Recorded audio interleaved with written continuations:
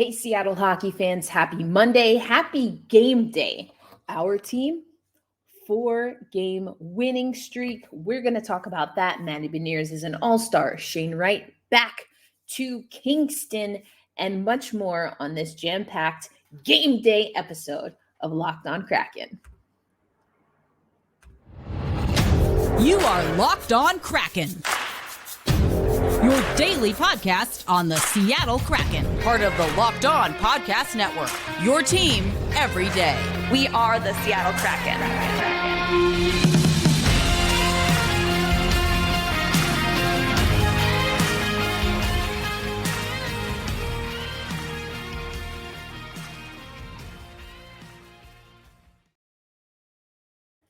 Happy game day, Seattle hockey fans. What's cracking? We're going to get into all of that. This is your Monday edition of Locked On Kraken, your daily podcast covering the Seattle Kraken. I'm your host, Erica L. Ayala. You can probably notice for those watching on YouTube, I'm on the road again. So we're going to have a few different fun things that we're going to do here on this episode of Locked On Kraken, including I'm going to break a little bit of news later today.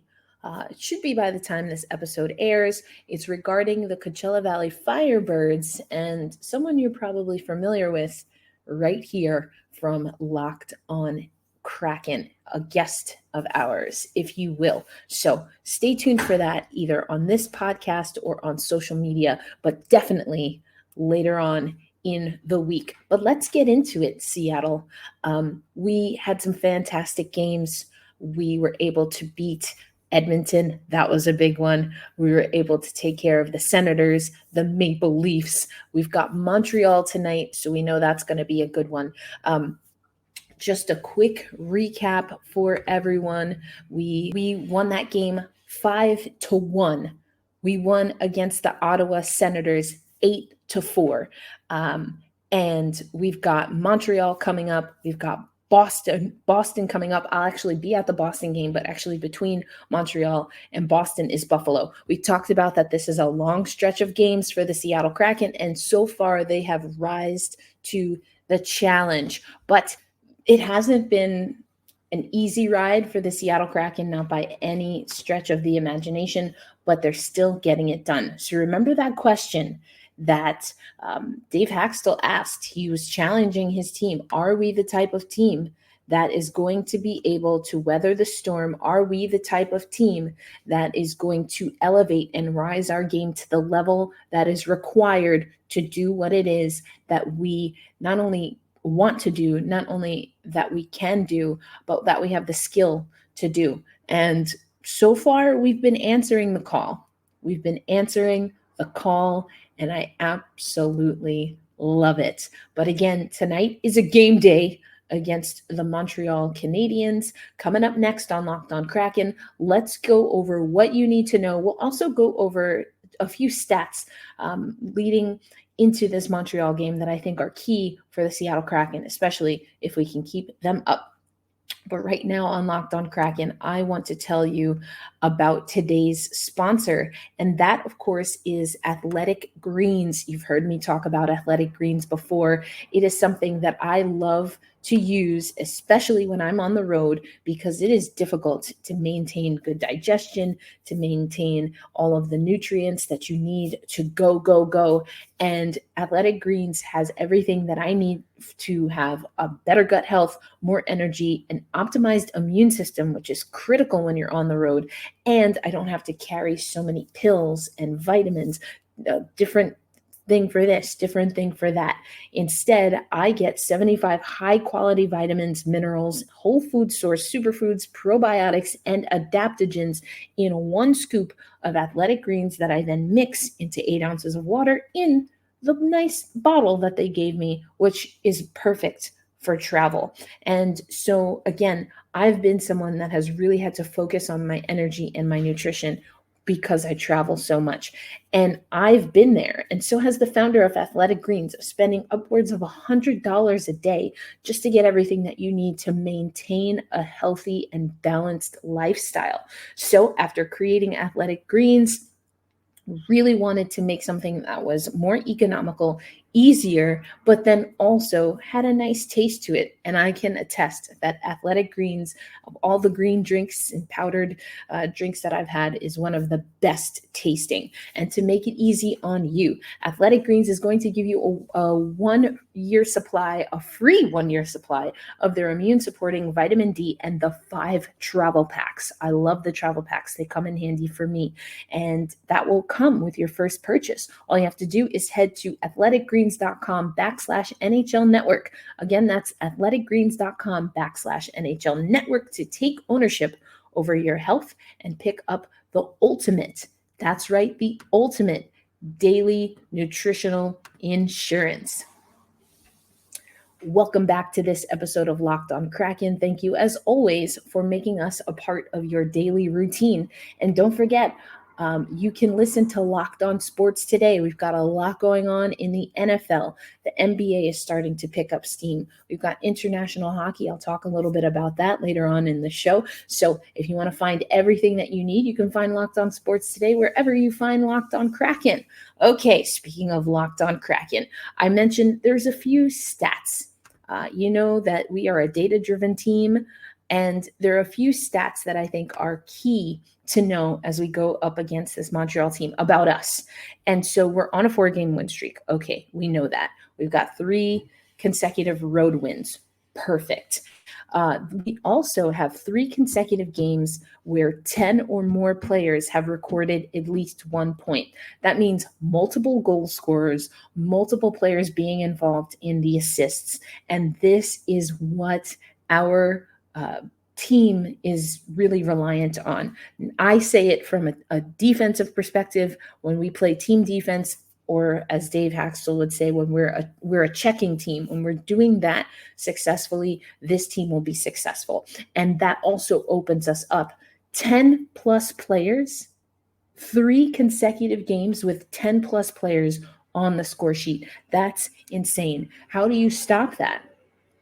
Also, you know I have to do this. Not only is Matty Beniers an all-star, we talked about that on social media. We learned about that. I guess it would have been off Thursday or Friday. Not only is he an all-star, but he's a grinder. Ottawa Senators put some gnarly hits on him. There's one, Emerald City Hockey tweeted about it. A few other places tweeted about it. You see, and they talked about it on the broadcast because it was fantastic. He gets a really big hit put on him from behind. He gets up, shakes it off, doesn't go back to the bench, stays in the play, is cycling around, then gets a goal. And the way he celebrated, he was pumped up. He was jacked up. You often hear people, I was never necessarily good at this, but you often hear people say, get your revenge on the field, get your revenge on the ice. That's how you fight back. I think it's definitely a way to fight back, but Matty Beniers embodies that. He doesn't get worked up. He's very level. And then once he knows that he's achieved what he can do, that's when he lets it out. That's when he celebrates. So internally that fire builds, but if you watch him, he stayed even keeled, and then he let it out when he gets that goal. we already know, right? In this house, we stand Matty Beniers. Calder Memorial Award or not, he's our guy. He's that guy. Okay. Anyway, enough about that. I'll go on for days about Matty B, but also why the heck not? Why the heck not? All right, let's get you into today's matchup. So now you know about us. 4-game win streak, 3 consecutive road wins, 10 plus scores, goals, assists in those last 3 games. Here's what the breakdown looks like. We are coming in at 22, 12, and 4. The overall record for the Montreal Canadiens, 16, 21, and 3. Our road record, 12, 4, and 2. I mentioned it the other day. Are we road warriors? I think we might be. At home, the Canadiens, 8, 10, and 0. They are 2, 7, and 0 in their last 10. Nick Suzuki is their leading goal scorer, or our leading scorer, Burakovsky is ours still. Also, question, Eberle, not an all-star this year. He was our first ever all-star. Andre Burakovsky, not an all-star this year. Do you think that these players are deserving? Well, you can tweet their names and then hashtag NHL All-Star and put in your vote, the fan vote. Emily Kaplan had an article. The fan vote will be more heavily weighted this year. So anyway, go check that out. Back to the breakdown. All right, power kill. We're at a 21.6% clip. They are at 15.1% coming into today's game. We are at a 69 essentially percent. Nice. Penalty kill. They have a better penalty kill at 73.6%. So on paper, this is a team that we should be able to beat. However, we do know that we lost out last time. It was Uri Slavkovsky versus Shane Wright, and Shane Wright did score his first NHL goal, but we didn't win that game. I think we're a different team. Speaking of Shane Wright, he was sent to Kingston. He is not eligible, from my understanding, to come back to the Firebirds or the NHL now, although there might be a little wrinkle. And I mentioned a tease at the top of the show. Again, we have some breaking news. I'm really excited about it. That should be available on social media later today, and then we'll talk about it on Friday. That might be a little bit of a hint for you. Anyway, we're going to talk about it and have this guest on with us on Friday. But what we see here is a team that we should be able to beat. Now, that being said, Laura from Locked On Canadians was on today's episode of Locked On NHL talking about Montreal. They've had a little bit of a skid. Are they starting to get on the right track? Well, they certainly want to. And last time we played a desperate team, that was early on in the season in Vancouver. We played them again later, but we don't play well against desperate. We also lost to Chicago. So these are games that we really need to win. The storylines are not as heightened for this one. I don't know if that affected the Seattle Kraken. I certainly hope not, because we're going to have storylines tossed at us for years to come. So I hope, and I don't think Dave Haxtell certainly would poo-poo at that question. He would be like, get out of here. That's ridiculous. So I'm not sure that that was the issue, but you never know. A few other things that I always like to look at. I do think we're a team that needs to start first. And so if you look at some of the breakdown and the stats, I want to just give you a little bit more regarding our opponent and when we lead, when we trail, etc. So this all comes from the Seattle Kraken. They do a great job with their game notes.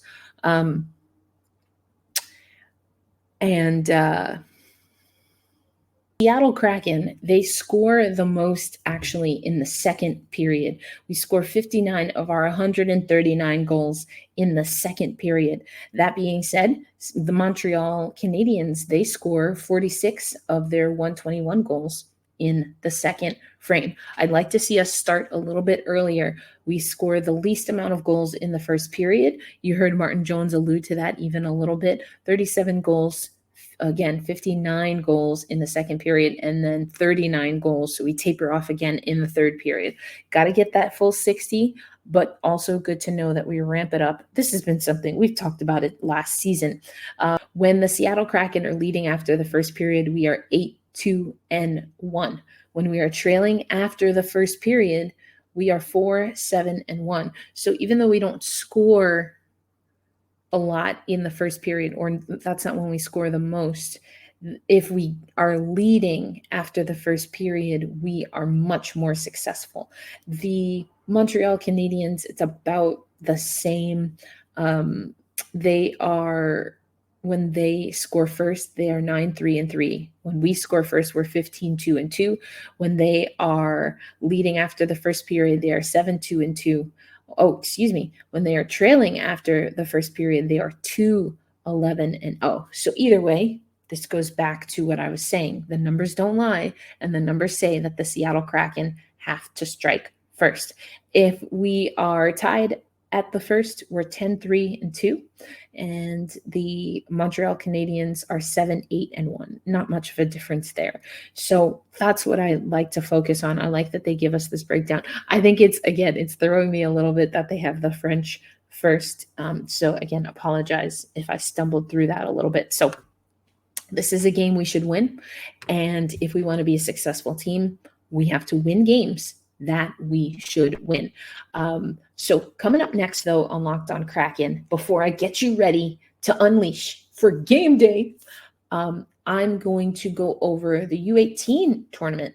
The U18 Women's Worlds is happening. It's being hosted by Sweden for the first time in over a decade, maybe about 2 decades. So Sweden very excited, but they did run into a little bit of a problem against the United States. We'll have that coming up on this episode of Locked On Kraken. This Monday episode is brought to you by BetOnline. You know we love BetOnline here, and that is because they have the latest odds, trends for everything that you need to keep up with sports wagering, of course, in a responsible manner. College Pro Bowl season, of course, we know is come and gone. Pro football, we're about to go into the playoffs. Certain Denver Broncos I saw was eliminated, while the Seattle Seahawks, I believe, move on to the playoffs. Anyway, and of course, you love sports podcasts. Well, BetOnline has those there. We're also, of course, keeping track of future wagers, and or waivers, more like trade deadline coming up. So we'll look to see what some of the odds are there. But you can find it all on BetOnline, which is the fastest and easiest way to get your sports betting info. Head to the website, use your laptop, your mobile device, your desktop, whatever you got. And remember, BetOnline is where the game starts. Always a pleasure to have you listening in to Locked On Kraken, your only daily podcast covering the Seattle Kraken. I hope that you enjoy. If you do, please make sure you are liking and subscribing, that you're commenting if you're watching on YouTube or engaging with us on social media. Leave a review if you're listening on audio. This really helps us get the show out there, and the more the show can monetize, the more content we can bring. I mean, we've got the NHL All-Star Weekend coming up. I'm going to be in Boston on Thursday. Of course, we've got Winter Classic coming up. There's a stretch where we play 3 games, I think it is, against Arizona, and then a home and home against the Vegas Golden Knights. And all of this I have on the calendar. We just got to make sure we have the funds and the support to get you that content that you want. So it really helps us out when you comment, when you like, when you subscribe, and of course, when you share.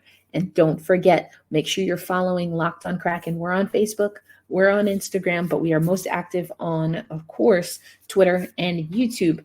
But we have a special announcement. It involves one of our own from the Locked On Network, and I'm so glad to bring this person back onto the show. You've heard them before, to share their news and how it relates to our fan base. So we'll have that full interview on Friday, but the announcement is coming out today. I'm super excited. Can you tell? All right, let me get you really quickly to international hockey. That's right, the IIHF tournament. Now, those of you who are familiar with the men's tournaments, either juniors or at the senior level, you know that, of course, there's Group A, there's Group B. But things are a little bit different. There's still Group A and Group B, but there's 4 teams in every group, and all of Group A advances, and then the top 2 teams from Group B go into that 6-team bracket for the knockout stage. In Group A, you have Canada, the United States, Finland, and Sweden. In Group B, that pesky Czechia team,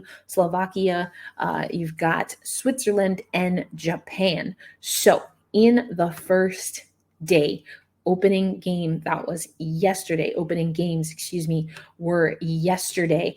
We had some scores that were pretty much what we thought, but the tightest game was a 3-2 game. Czechia had to push out that win against Switzerland, but they get it. Slovakia takes care of Japan 6-3. Speaking of 6-3, a tight game, heavy with penalties early in the first period. The United States versus Sweden, a back and forth game throughout the second period. But then the United States hit another gear and were able to win that 6-3. And then, Canada, they took care of Finland, which is a little bit surprising. 8-0 win for Canada. Coming up today, We have actually right now, as I'm recording this, Czechia and Japan are playing. Czechia up 4-0. The United States and Finland play. We'll see what that score looks like. Slovakia versus Switzerland and Sweden versus Canada. Now, those two have a little bit of history. Sweden actually able to take care of Canada.